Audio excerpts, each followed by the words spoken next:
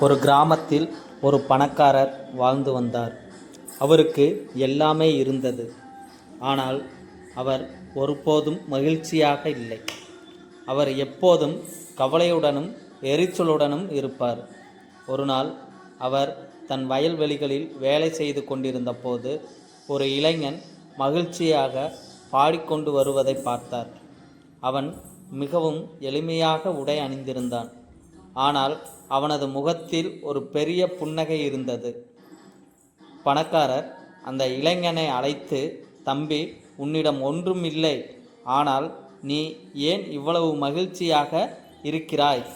மகிழ்ச்சியின் ரகசியம் என்ன?" என்று கேட்டார். இளைஞன் சிரித்துக்கொண்டே, "ஐயா, உங்களிடம் எல்லாமே இருக்கிறது, என்னிடம் ஒன்றுமில்லை. ஆனால் நான் ஒவ்வொரு நாளும் கிடைக்கும் சிறிய விஷயங்களுக்கு நன்றி சொல்கிறேன். சூரிய உதயத்திற்கும் பறவைகளின் கீச்சிலிடலுக்கும் என் நண்பர்களுடன் பகிர்ந்து கொள்ளும் நேரத்திற்கும் நன்றி சொல்கிறேன். என்னிடம் இல்லாததை பற்றி நான் கவலைப்படுவதில்லை. என்னிடம் இருப்பதை வைத்து மகிழ்கிறேன். அதுதான் என் மகிழ்ச்சி" என்று பதிலளித்தான். பணக்காரர் அந்த வார்த்தைகளை கேட்டு யோசித்தார்.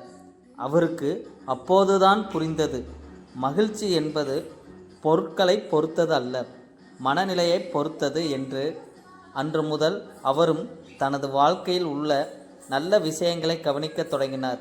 மெதுவாக அவர் முகத்திலும் புன்னகை மலர்ந்தது. மகிழ்ச்சி என்பது தேடி பெறுவதல்ல, உணர்ந்து அனுபவிப்பது. நம்மிடம் இருப்பவற்றில் திருப்தி அடைந்தால் மகிழ்ச்சி தானாகவே வரும் என்பது இக்கதை உணர்த்தும் பொருள்.